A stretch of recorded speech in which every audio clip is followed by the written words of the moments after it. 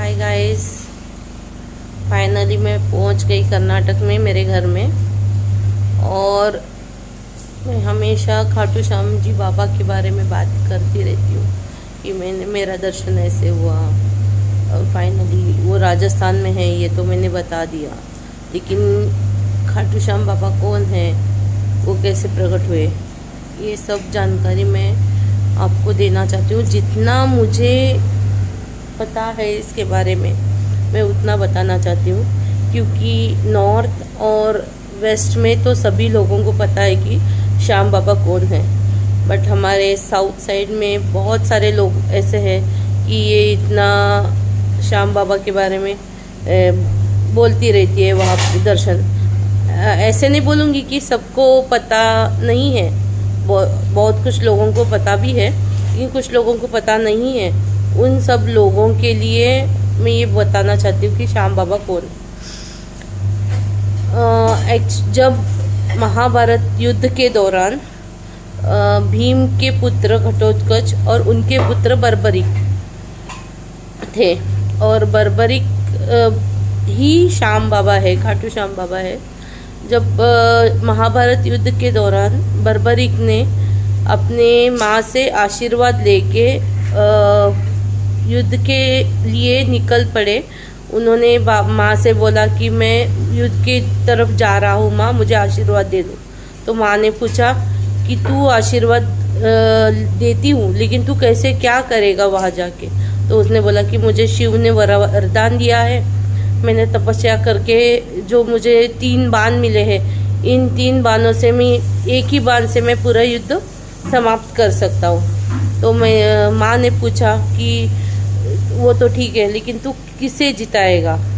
तो बर्बरिक ने बोला कि मैं जो हारेगा मैं उसे जिताऊंगा। तो ठीक है, उसके माँ ने आशीर्वाद दे दिया। लेकिन ये बात कृष्ण को पता चली, और कृष्ण ने ये सोचा कि अगर श्याम जाएगा वहाँ पे, बर्बरिक जाएगा युद्ध के जगह, और कृष्ण को तो पता ही था कि कौरव हारने वाले हैं और पांडव जीतने वाले हैं। और वहाँ जाके अगर बर्बरिक ने कौरव को जिता दिया और पांडव हार गए तो सब अनर्थ हो जाएगा। तो कृष्ण जाके एक साधु के वेश में बीच में सफ़र के दौरान बर्बरिक के सामने आ गए और बर्बरिक से पूछा कि तुम कहाँ जा रहे हो। तो उस दौरान बर्बरिक ने बोला कि मैं युद्ध देखने जा रहा हूँ। तू युद्ध देखने जा रहा है, तू कैसे जीतेगा। उसने बोला कि मैं भीम पुत्र घटोत्कच का पुत्र बर्बरिक हूँ, और मुझे वरदान में 3 बाण मिले हैं। उस 3 बाण में से मैं एक बाण में ही सब युद्ध समाप्त करने की मेरे में क्षमता है, और जो हारेगा मैं उसे जिताऊंगा। तो मैं कैसे मान लूँ, ऐसे कृष्ण बोलता है। और वो बोलता है कि मुझे तू प्रूफ करके दिखा कि तू इस बाण से युद्ध जीतेगा। तो बर्बरिक पूछता है कि मैं कैसे प्रूफ करूं। तो उस टाइम कृष्ण बोलते हैं कि इस बाण से तुम मुझे इस पीपल के पेड़ के हर एक पत्ते को छेद करके दिखा। तो बर्बरिक आज्ञा ठीक है बोल के एक बाण चलाता है, और एक बाण से सारे पत्तों को छेद करता है। सारे पत्तों को छेद होने के बाद में बर्बरिक पूछता है कृष्ण से कि आप कौन हो महाराज, और आपने जो मुझे बोला था मैंने तो कर दिखाया, लेकिन आप कोई साधारण पुरुष नहीं है, क्योंकि आपने मेरी परीक्षा ली है। तो आप कौन हो, आप मुझे दर्शन दे दो। तो कृष्ण बोलते हैं कि मैं दर्शन दूंगा, बट पर एक शर्त पर। मैं तुझसे जो मांगूंगा तुम मुझको देना है। तो बर्बरिक बोलता है ठीक है मैं दे दूंगा, मुझे वचन दे, बोलता है कृष्ण। तो ठीक है, ऐसे बोल के बर्बरिक वचन देता है। तो कृष्ण अपने असली रूप में आके अपना विशाल रूप बर्बरिक को दिखाता है। तो उसके वो घुटने टेक के नमस्कार करता है कृष्ण के। बाद में जब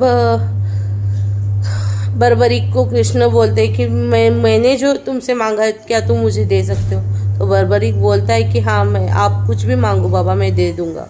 उसके बाद में बोलता है कृष्ण कि मुझे शीश दे दो। और उसी दौरान बिना कुछ सोचे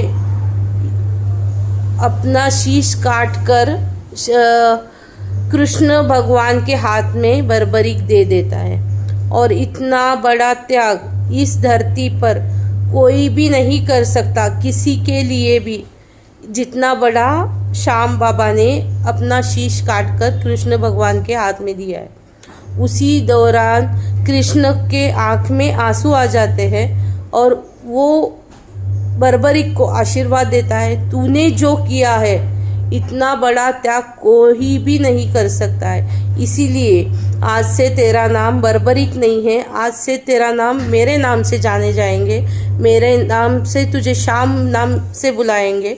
और मैं तुझे आशीर्वाद देता हूँ कि जो भी इस कलयुग में तेरे दर्शन करेंगे, जो हारेंगे उनको सहारा देने का काम तुम करोगे। और मैं अभी महाभारत युद्ध में तेरा शीश सबसे ऊंचे स्तर पे रखूँगा। जब महाभारत युद्ध ख़त्म हो जाएगा तो वो शीश मैं जल में प्रवाह करूँगा।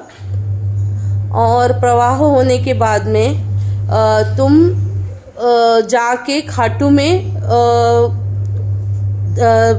धरती में समाविष्ट हो जाओगे। कुछ दिनों के बाद में वही खाटू में एक गाय आके रोजाना दूध देते रहती है धरती के अंदर, ज़मीन के अंदर। तो कुछ लोग आके वहाँ पे खुदाई स्टार्ट करने के बाद में वहाँ पे श्याम बाबा का शीश मिलता है। और वहीं से वो शीश लेके मंदिर की स्थापना की गई है, जो अभी खाटू श्याम नाम से प्रचलित हुई है। और जहाँ पे उनका शीश मिला है वो श्याम कुंड है, जहाँ पे मैंने अपना हाथ पाँव धो लिए थे, वहाँ से मैंने पानी भी लेके आई हूँ। वही अभी बहुत सारे लोग हैं जहाँ पे अपने जो कुछ बीमारियाँ कुछ भी हो वहाँ पे धो लिया तो सब कुछ उनका जो पाप हो जाता है वो सब नष्ट हो जाता है, ऐसी मान्यता है। मैं तो बाबा पे बहुत भरोसा करती हूँ क्योंकि मैंने विश्वास भी नहीं किया था, इतना सब कुछ मुझे बाबा ने दे दिया है। मैंने 6 महीने पहले मेरी बच्ची को गंवाया है, मेरी 18 साल की बच्ची गई है। अंदर से मैं बहुत टूट गई थी, लेकिन मुझे पता नहीं क्यों बाबा की तरफ एक अलग ही खिंचाव होता था। और फाइनली बाबा ने मेरे हाथ में वो हैसियत नहीं थी, फिर भी मुझे बाबा ने बुला लिया है। इससे बड़ी बात मेरे लिए कुछ भी नहीं है। आप दिल से विश्वास करो, बाबा आपके लिए कुछ भी कर देगा। जय हिंद।